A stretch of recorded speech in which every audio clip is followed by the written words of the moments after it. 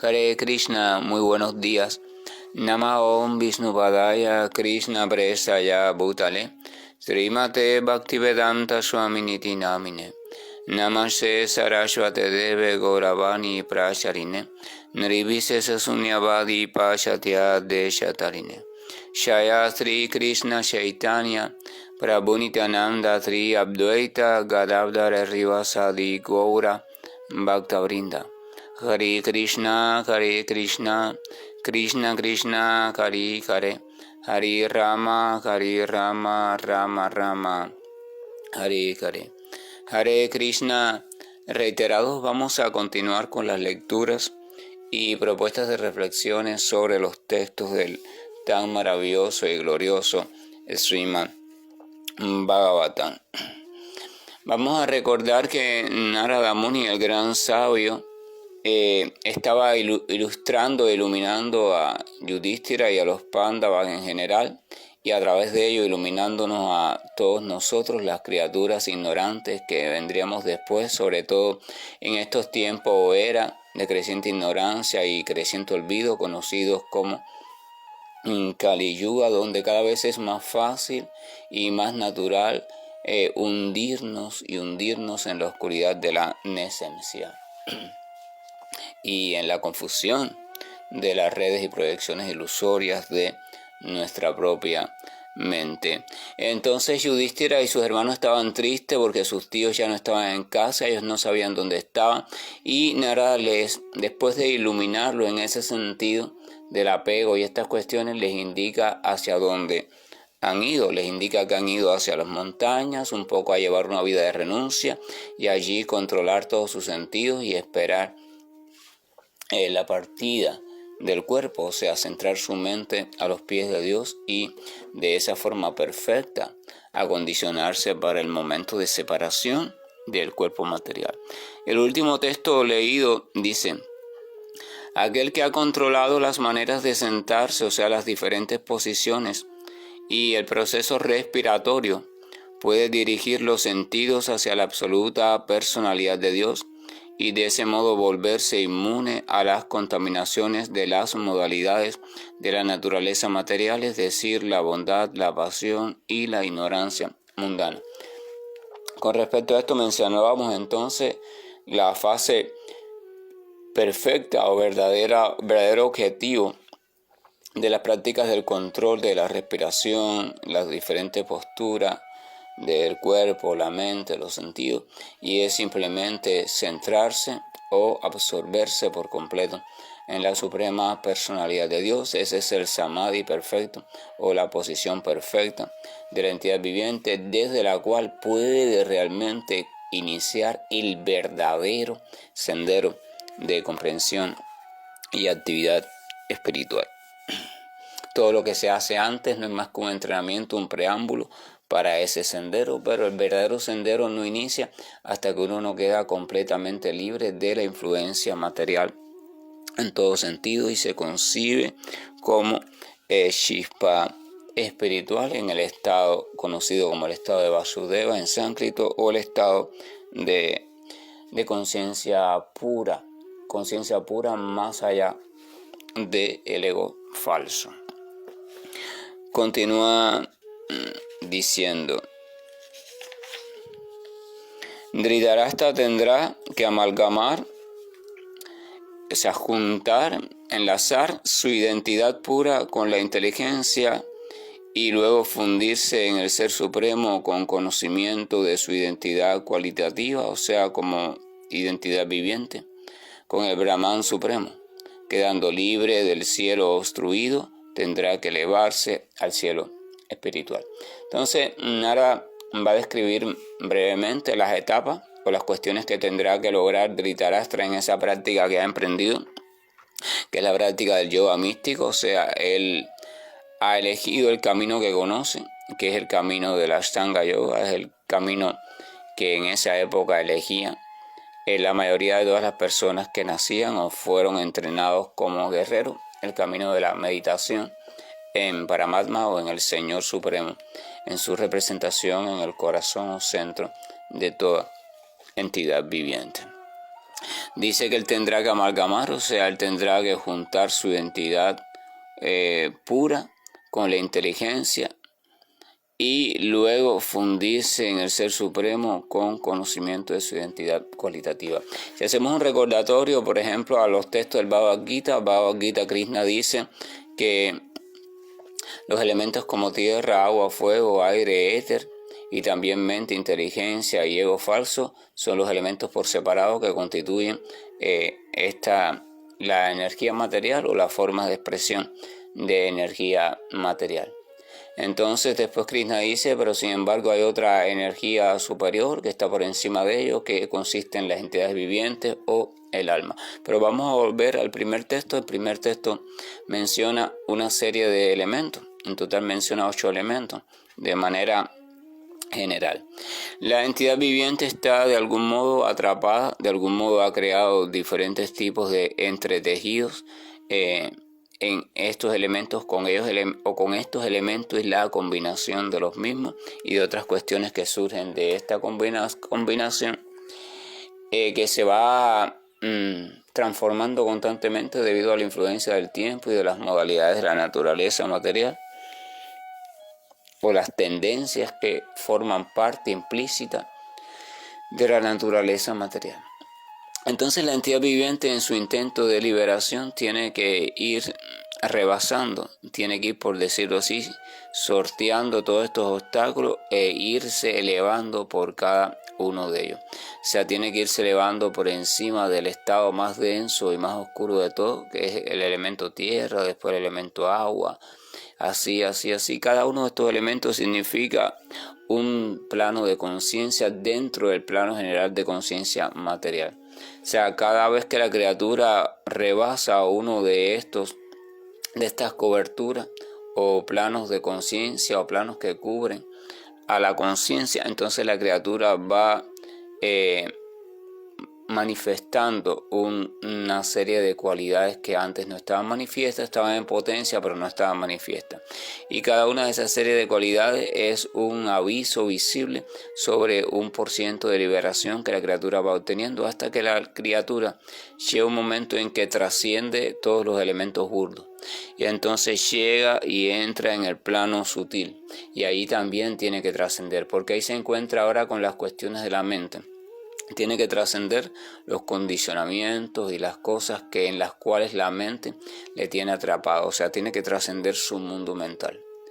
Tiene que trascender el condicionamiento en el cual está atrapado mediante sus propios pensamientos, mediante sus propios deseos, sus recuerdos, su fantasía, ¿verdad? La imaginación, la inteligencia de tipo teórica y académica, la especulación filosófica, la atadura de los propios deberes que tienes en la mente.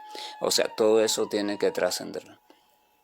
Ahora, la literatura explica de manera general que la criatura tiene que absorber los sentidos, o sea, tomar los sentidos, recoger los sentidos que están dispersos y atrapados en el goce de los objetos de los sentidos, recogerlos de allí como a unos niños chiquitos. Los sentidos son 5, básicamente desde el punto de vista de la percepción. Recogerlos de allí y recogerlos para la casa. ¿Cuál es la casa de los sentidos? La mente, porque los sentidos son expansión de la mente. Cuando se habla de expansión de la mente se refiere a que los sentidos son mecanismos creados por la propia mente para poder experimentar lo que ella directamente no puede experimentar. La mente no puede experimentar probar un pedazo de pan o saber el sabor de una taza de café. Eso no lo puede experimentar la mente porque la mente está hecha de materia, pero materia sutil, la mente material. Pero esos objetos de los sentidos están hechos de materia burda. Tierra, agua, fuego, etcétera, etcétera. Por tanto, ahí no puede haber una experiencia directa, no puede haber un sentir el sabor de, sentir la felicidad de, sentir el goce de.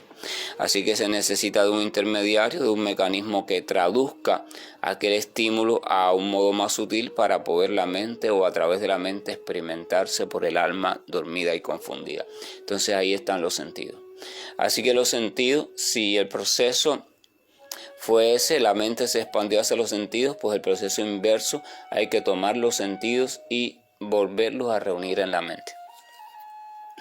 Cuando eso sucede, aún la mente no es la criatura original, no es el alma. La mente no es el alma, aunque cuando se rebasa el estado de conciencia de existencia material burda, la criatura, debido a los poderes que logra, piensa que ya está en su estado original, pero no, simplemente está en el plano sutil de existencia, está en su cuerpo mental. Tiene limitaciones en menor grado, menor número que en el cuerpo burdo, y por eso es que se piensa que ya se ha espiritualizado, pero no, simplemente se ha, por decirlo así, sutilizado, o sea, el cuerpo sutil.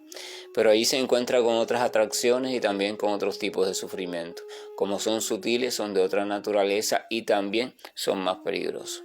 Entonces ahí hay que seguir el proceso de purificación, y esa mente que ya absorbió a los sentidos en sí misma, entonces tiene que, mediante el uso de la inteligencia, que es un elemento superior a la mente, ser también llevada o ser reunida en el ego falso. ¿Por qué es el ego falso o la conciencia de falsa identidad?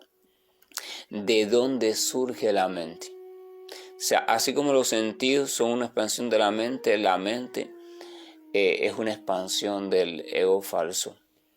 La mente es una expansión del ego falso. Todo surge en este mundo material del ego falso. Todo lo que usted llama su mundo, lo que yo llamo mi mundo, todo surge de una noción de identidad, de existencia, pero que está confundida, por eso se le llama ego falso. El ahamkara, la identificación con lo creado, con esto que se está creando. Entonces, mediante la inteligencia o mediante el verdadero conocimiento, la capacidad adecuada de discernir la forma correcta de emplear las potencias, o sea, los sentidos y esas cosas, y el modo correcto de responder frente a la supuesta realidad. El discernimiento es el producto de la inteligencia real. O sea, la inteligencia existe para eso. Entonces, por discernimiento, la criatura tiene que darse cuenta de que la mente tampoco es su verdadera identidad, y entonces debe tomar a esa mente con todo su mundo y debe volver a replegarla y reunirla de nuevo en la semilla del ego falso. Y entonces desde allí, desde el ego falso, entonces aún el ego falso debe darse cuenta que no es tampoco su identidad, y entonces llevar ese ego falso, disolverlo también, mediante el conocimiento hacia el estado de conciencia pura. El estado de conciencia pura es el estado mediante el cual o en el cual la criatura aparece o es colocada dentro de la sustancia general conocida como sustancia material original. O sea, allí, cuando aparece allí, todavía no hay ego falso, pero entonces la criatura no puede desarrollar ningún tipo de pasatiempo o no puede satisfacer ningún tipo de deseo previo, a no ser que asuma una identidad. Por tanto, se construye una identidad automáticamente. Entonces, eso es el surgimiento del ego falso. Entonces, cuando la criatura es llevada de nuevo a la conciencia pura, ese estado original, aún allí es un estado todavía muy inestable, porque si no tiene en qué fijarse, en qué sostenerse, en qué quedar completamente estable, entonces va de nuevo a crear un ego falso por propia tendencia y por necesidad práctica. Por eso se dice que la situación de la liberación hasta ese punto es muy peligrosa también y no es segura. Es verdad que en ese punto la criatura vive un estado placentero desde el punto de vista que se ha liberado, pero ese estado placentero no es garantía de nada. Ahora, tiene dos cuestiones. La criatura puede fijar en ese estado su conciencia o su atención en el resplandor del Supremo, la verdad absoluta, ¿verdad? Un resplandor indescriptible, donde todo está contenido, de donde todo sale, donde todo simplemente se observa o se percibe como uno. Ese es el Brahman. Entonces, cuando la criatura se absorbe ahí, y entonces el sentido de su identidad o su diferenciación deja de estar. Y cuando deja de estar esto, entonces todas sus potencias quedan completamente inactivas, porque no hay variedad, no hay actividad, no hay deseo, no hay nada que hacer. Entonces la criatura simplemente, se puede decir así, deja de existir como elemento individual. a su debido tiempo, esta misma criatura tendrá que tomar obligatoriamente dos rumbos, o el rumbo de volver a tomar el camino del ego falso, o el rumbo de seguir hacia adelante más allá del resplandor y entrar hacia la fuente del resplandor. El Brahman, se comenta en la literatura védica en diferentes puntos, en sí misma es la concepción impersonal de la verdad absoluta, o sea, es el resplandor de la verdad absoluta, es la verdad absoluta en su presentación como algo abstracto. Pero esa verdad absoluta también tiene una presentación material, una presentación localizada, una presentación llena de detalles, con forma, etcétera, etcétera. Entonces, a no ser que la criatura o el estado de conciencia de la criatura siga profundizando y llegue a ese plano de conciencia, entonces la criatura siempre va a caer de una forma o de otra.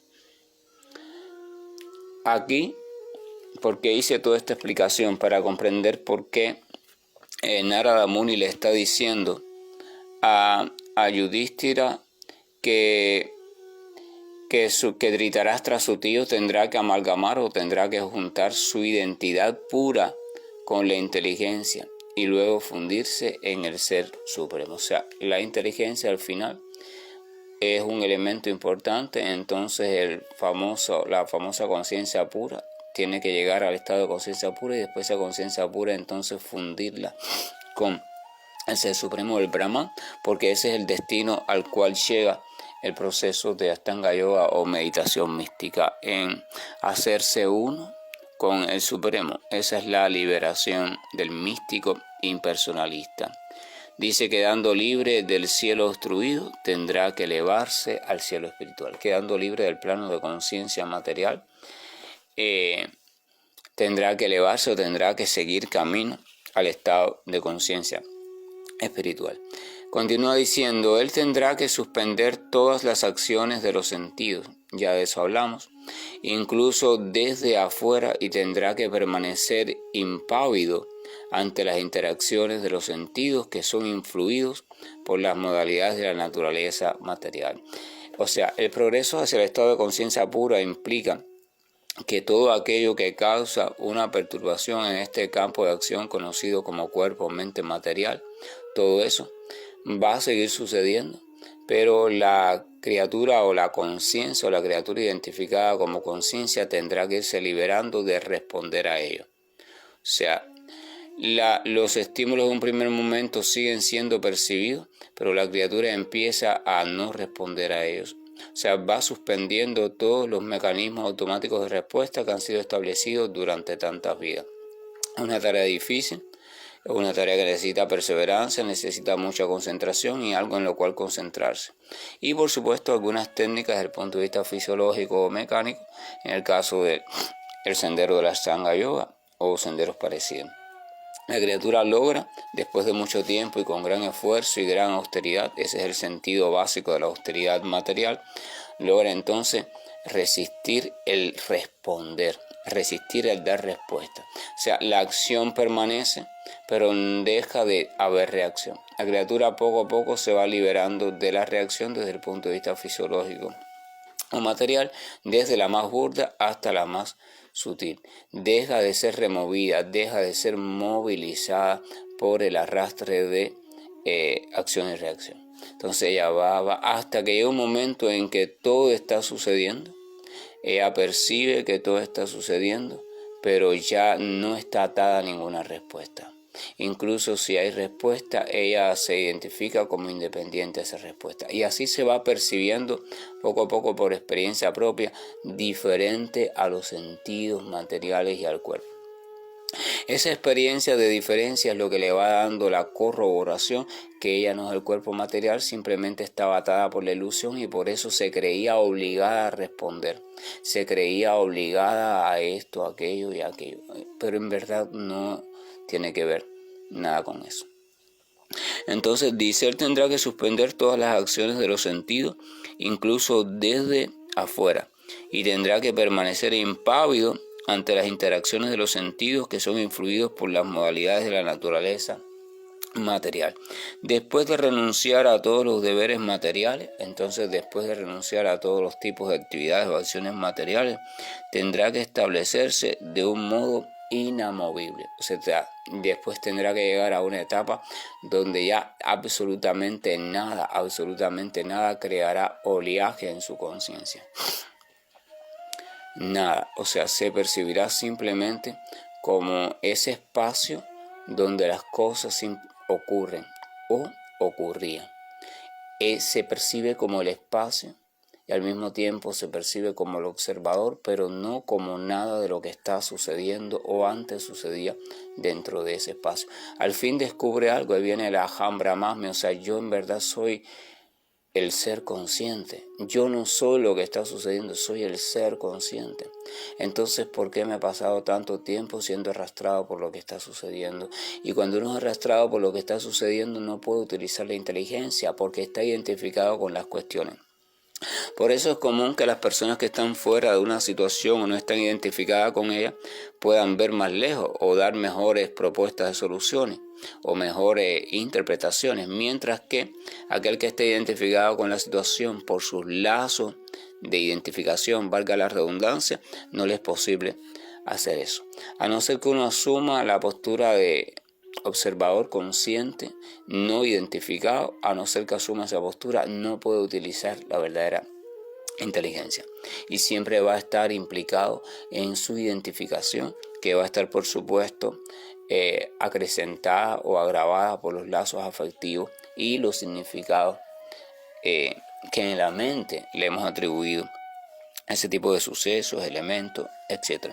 Dice, después de renunciar a todos los deberes materiales, ¿por qué dice a todos los deberes materiales? Porque ya una vez la criatura no se ha identificado con el cuerpo, sino que ha comprendido lo que es el cuerpo y lo que es ella, entonces ya ella se concentra únicamente en ella y el cuerpo queda en un estado, por decirlo así, de hibernación. Por eso se explica que los yogis místicos llega un momento en que ya suspenden sus actividades corporales, incluyendo la respiración, la alimentación, todo, pero la suspenden a su debido tiempo. Esta actividad se va suspendiendo sola como resultado de la introspección profunda. No es que ellos dicen voy a suspenderla ahora, porque aquel que por atrevimiento y desconocimiento empieza a suspenderla sin aún estar listo, o sea, sin aún estar completamente estable en el estado de conciencia pura, entonces lo único que va a pasar es que va a maltratar el cuerpo material, porque el cuerpo material va a seguir exigiéndole cosas, porque él está todavía funcionando allí, no ha llegado al estado ideal, y como él no se las va a proporcionar, entonces el cuerpo material le va a crear cada vez más molestia y se va a destruir. Y cuando el cuerpo material se destruya, o sea, simplemente muera, y él no esté todavía situado en el plano de conciencia pura, entonces tendrá que volver a tomar otro cuerpo, pero un cuerpo atontado, un cuerpo que no tenga capacidad de ser consciente. Es una cuestión muy peligrosa, pero las personas por ignorancia, bueno, prefieren tratar de adelantar las etapas y lo único que consiguen sin saberlo, o lo único que van a conseguir es un desastre para ellos mismos en el futuro, lo que no van a tener conciencia de que fueron ellos mismos quienes lo consiguieron. Dice, tendrá que establecerse de un modo inamovible por encima de todas las fuentes de impedimentos que hay en la senda. Fíjense que vamos hasta aquí ya. Y si se ponen a escuchar una y otra vez o a leer este fragmento y el fragmento anterior una y otra vez, incluso el fragmento termina diciendo, y tendrá que mantenerse inamovible por encima de todas las fuentes de impedimentos que hay en la senda. Sin lugar a duda, el sendero real, el autorizado, el auténtico, tal y como está descrito e indicado por las grandes personalidades, el sendero del yoga místico o el sendero del seguir ese mecanismo, esos procedimientos para llegar a la conciencia pura, es muy trabajoso. Necesita de condiciones perfectas como aislamiento, un lugar con buenas influencias, tiempo, paciencia, persistencia, veracidad, voluntad, ¿verdad? Necesita tantas cosas, sobre todo tiempo y perseverancia, buen entrenamiento, tenacidad. o sea, se muestra como algo muy difícil y prácticamente realmente imposible para estos tiempos. Por tanto, ese método que emprendió Dhritarashtra, que era el que él conocía como guerrero, porque se le formó en ese método desde pequeño, como a todos los guerreros, es impráctico en estos momentos. No es práctico. No es práctico para el ser humano de hoy en día, donde la mayoría somos sudras, o sea, tenemos constitución de sirvientes. Somos flojos en muchos sentidos, nuestra voluntad es débil, nuestra mente siempre anda todo distraída, o sea, nos resulta muy difícil centrarla en algo, no tenemos ni los más mínimos valores, ¿para qué? No tenemos nada a nuestro favor para entregarnos de manera eficiente, o sea, que tengamos un buen resultado a través de ese método. Por eso, incluso Arjuna, que era un guerrero entrenado también en ese método, explica en Bhagavad Gita Krishna que ese método es un método realmente muy difícil y muy complejo, porque el simple trabajo de intentar controlar la mente y mantenerla bajo control, sea estable, es algo casi imposible de hacer. Por eso para Kali Yuga se destierran todos esos métodos en el buen sentido de la palabra y se entrega un método general que fuera factible para todos, y este método general es el Nama Sankirtan, o sea, el Sankirtana o la glorificación en congregación de los nombres del Señor, de sus actividades, de sus pasatiempos, cualidades, de su morada y de su relación amorosa con los devotos puros. Algunas personas podrían decir, no, porque Sankirtana Nama, si Nama es nombre, Sankirtana, bueno, esta glorificación en congregación o canto en congregación. Entonces, ¿por qué menciono actividades, pasatiempos, cualidades, etcétera, etcétera? Porque realmente vamos a recordar que el Señor es absoluto y no se puede separar al nombre de sus actividades, cualidades, ¿verdad? Morada. Entonces, cuando uno dice glorificar el nombre, cantar el nombre, entonces también implica necesariamente glorificar y cantar sobre sus cualidades, actividades, moradas, características, las cuestiones así. Por eso lo menciono. Entonces, el método prescrito para esta época, para seguir, para hacer todo esto que estaba intentando lograr Dhritarashtra, es el método de Nama Sankirtana o el sacrificio de Nama Sankirtana.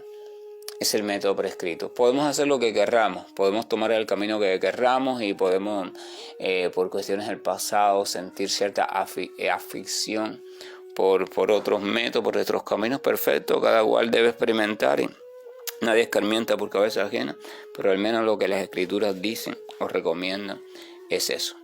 Si uno logra comprender esto, entonces se va a ahorrar mucho esfuerzo en su vida, se va a ahorrar mucho fracaso en este sentido, y ya desde el principio va a emprender un camino del cual se dice que es efectivo, eficiente y sobre todo practicable para cualquier persona, y que practicado de manera adecuada y mediante la asociación adecuada nos puede hacer experimentar rápidamente el sentimiento tan deseado de amor por Dios. Esa es la cuestión. En el día de mañana o en la próxima mensaje de amanecer debemos terminar con lo que Narada va a seguir contando sobre Dhritarashtra y sobre los elementos que faltan en este sentido, y de esa manera estaremos finalizando el capítulo número 13. Pero por ahora es bueno reflexionar en todo lo que hemos compartido. Es bueno reflexionar en por qué Yudhishthira estaba sufriendo al no ver más a sus tíos, cuáles eran las instrucciones que el hermano de Dhritarashtra, o sea, Vidura, le había dado para que él despertara de la ilusión de la identificación material y dejara de resistirse tanto al paso del tiempo y simplemente se percatara de que tenía que soltar esas cuestiones materiales porque no iban a estar ahí para siempre, que dejara de pensar tanto en el pasado, que dejara de esto, de aquello, y que se enfocara simplemente en el verdadero destino de la existencia, ¿verdad? Y tenemos que reflexionar en estas cosas, así como también en que hay muchos métodos que en su momento funcionaban perfectamente, pues las condiciones estaban creadas, muchos métodos para la purificación y la liberación de la criatura cuando tiene forma de ser humano, pero realmente la mayoría de ellos ya no son factibles lo único que hacen es hacernos la vida un poco más difícil y hacer muy trabajoso algo que se puede ir logrando de un modo más natural si seguimos las indicaciones establecidas. Que la gracia y el amor de nuestro amoroso Señor nos acompañe siempre, porque siempre tenemos que recurrir a Él. Ningún método por sí solo conduce al Señor. Siempre hay que recurrir al Señor, pero como estamos tan alejados de Él, es necesario entonces recurrir al representante puro del Señor, escucharle, servirle y sentirnos agradecidos por tener la dicha de tenerlo. Ese representante puro se manifiesta en la forma de las escrituras autorizadas como el Srimad Bhagavatam, Bhagavad Gita, Santa Biblia, todo aquello que de manera autorizada nos revela cuestiones sobre el Señor y nos da la oportunidad de reflexionar en Él. Ese autorizado o personaje autorizado también se manifiesta a través del maestro espiritual genuino y a través de los grandes santos acharyas o devotos puros del Señor. Un acharya o devoto puro del Señor no es todo aquel, este tema lo he tocado varias veces, no es todo aquel que la multitud piense que lo es, sino aquel que desde las escrituras se demuestre que lo es. Hare Krishna, buen día, y estoy finalizando la llamada.